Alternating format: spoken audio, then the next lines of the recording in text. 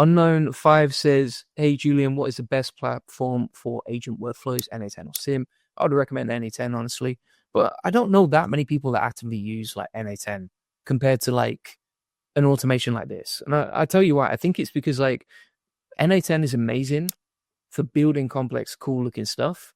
It's not amazing in the actual business environment where you have to quality control, you have to check stuff before it goes out, and you have to be careful about what you post. So like NA10 is great. I love it. But if you look at like most of the best automations inside the AI Profit Boardroom, which is a community where we do like coaching and that sort of thing, you can join. We actually got a special offer right now. But yeah, if you go inside the AI Profit Boardroom here, you'll see that most of these automations are not NA10. And the reason for that, and the reason that we get more success without using NA10 is because you can quality control this stuff. You get more control over the process.